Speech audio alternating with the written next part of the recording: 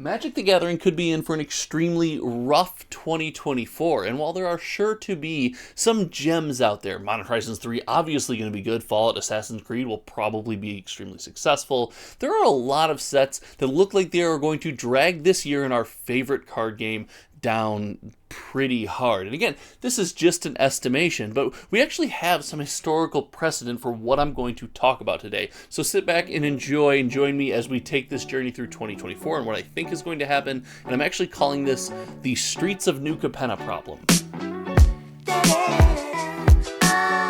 Now, it's only fair to start this video by giving you my honest opinion on Streets of New Capenna. I feel like someone who's discussing a stock, I have to expose that I am a shareholder. I actually love Streets of New Capenna. There's tons of playable cards in the set. Heck, we finished out the Triumphs. You got Titan of Industry. I don't want to list the whole cards, but there's tons of playable cards in the set. But Magic the Gathering fans didn't necessarily take to the product, whether that was the weird release timing, the subsequent Amazon dumps tanking the value of everything, or if it was the actual theme of the product. And that's what we're going to focus on here today, is going to be this theme surrounding Streets of New Capenna and how that seems to be guiding a lot of recent Wizards of the Coast design. Now, I'm not sure why they would make that call, knowing how Streets of New Capenna, like they were the one that Amazon dumped. We're going to get into all of that in today's video, but if you like content like this and you are new to the channel, you've never watched a Hometown TCG video, or if you've lurked for a while, consider hitting that sub button. We're racing to 8K subscribers, so thank you so much all for everyone who hit that button, and make sure you like the video, because likes are becoming more important on YouTube, and I guess that matters to someone trying to grow like me. But the Streets of New Capenna problem is just that. More and more Magic the Gathering sets are not just about how highly playable the cards in the product are. Streets of Example, and even going back to Dominaria United, these would have been shining examples of sets with highly playable cards and even some valuable fun pack opening experiences. But there is more than that when it comes to a Magic the Gathering set, and that is what I think is the cloud hanging over 2024, and that is this theme, this vibe, this feel that you get with Magic the Gathering products. And historically, we have seen sets based in Ravnica. Now, Karlov Manor, definitely an outlier here. That might just be Ravnica Overloader, because this is like Ravnica adjacent, but let's just keep that in the back of our mind. But this theme of these products has always mattered. And while we visit popular planes for Rexia All Will Be One, heck, even March of the Machine, going all the way back to the Brothers of War, these things were highly successful products. They were themes that we liked, and they were products that we didn't mind spending our hard-earned money on. And not all of them had hyper-playable cards, crazy value. Yes, some of them were Amazon dumped, but the sales of these products and the value of the boxes have held up over time because, well, we just like the sets. And now when we pivot into 2024, starting with Karlov Manor and then looking into the future at things like Outlaws at Thunder Junction, the Thunder from Down Under, as well as Bloomborough or Bloomberg, the stock set. I know it's not the stock set, it's animal sets, but it's just what I think of. I think of Bloomberg every time I see the set names sitting out there online. These sets are highly risky products for Wizards of the Coast in the sense that they do not follow what feels to me like the traditional Magic the Gathering theme. And I see you in the comment section just typing away about, with Universes Beyond, the traditional Magic the Gathering theme is gone. Like,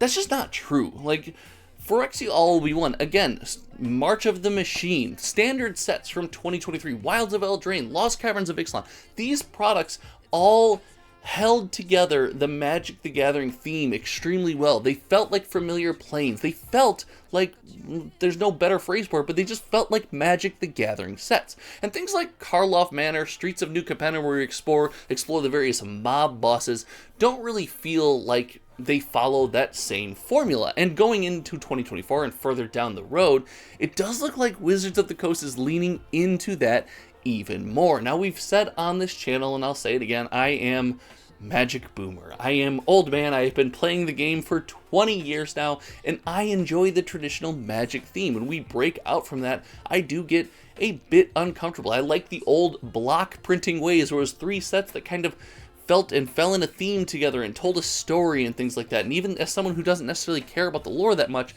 I like the feel of the gameplay playing with those cards. And we've clearly pivoted away from that, but even more so this year as we look to fly all over the place with our various themes, whether it's tiny humanized animals to outlaws at Thunder Down Under with guns, and now we're film noir murder mystery. We're kind of spreading that out, and I see elements of this Streets of New Capenna theme and this Streets of New Capenna problem that didn't land with our community kind of smattered all over every single one of these products that we've mentioned. Now, the big question is this a long-term design choice for Wizards of the Coast? Something that we often talk about in this channel is remembering that Wizards of the Coast is massive. They're a giant organization, a huge conglomerate. They are essentially a battleship, and just like an actual battleship, it's hard to pivot. Heck, we got 2024 outlined in like the start of Q3 of 2023, and they even gave us a preview of 2025. That's how far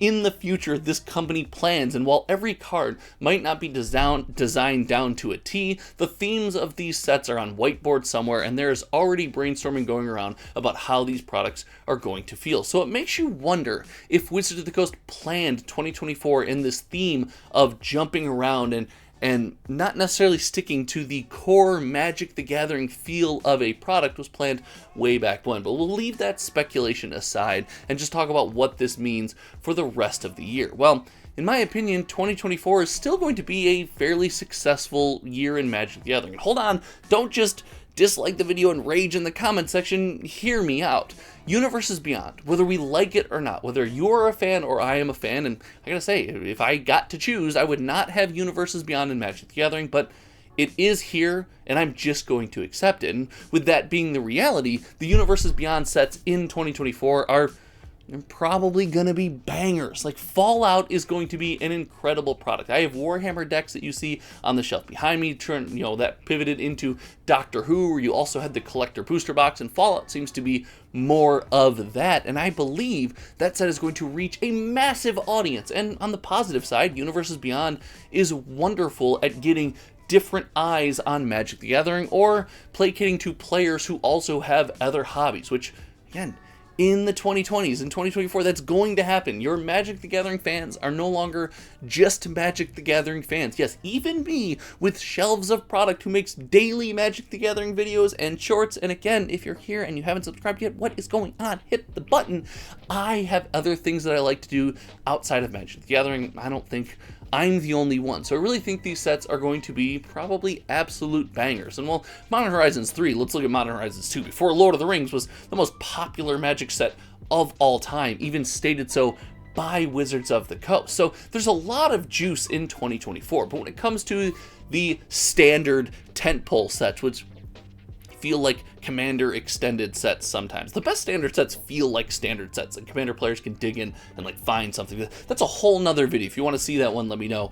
But I do believe that these sets are going to be a struggle. When you think of these themes, I want you to take a journey with me and just think of Outlaws at Thunder Junction, or Bloomborough, or even, Karlov Manor. These Magic the Gathering products, they don't necessarily scream and jump off the shelf as a Magic the Gathering product to me. And all in all, this feel, this emotion that we tie to the things that we spend our hard-earned money on is extremely important. And when we have this disconnect that we had for things like Streets, what it's showing like and looking like for Karlov Manor, and yes, even predicting into the future, this does affect the performance of the product. This does affect how willing we are to separate ourselves from our money when it comes to getting these cards into our hands. And that's a big deal. Wizards of the Coast measures their success by the number of boxes they sell, the number of people that they reach. Heck, we have screamed it from the mountaintop, Wizards of the Coast is an evil company, all they care about is money. Like, yes, they care about selling the products, but they are taking a risky path to do so. Now, here's the weird conspiracy. We've talked about a lot of other sets in 2024 that are going to be, I think, extremely successful. If you disagree with me, I'd love to hear from you, but I think most people believe these sets are going to be wildly successful from a Wizards of the Coast perspective.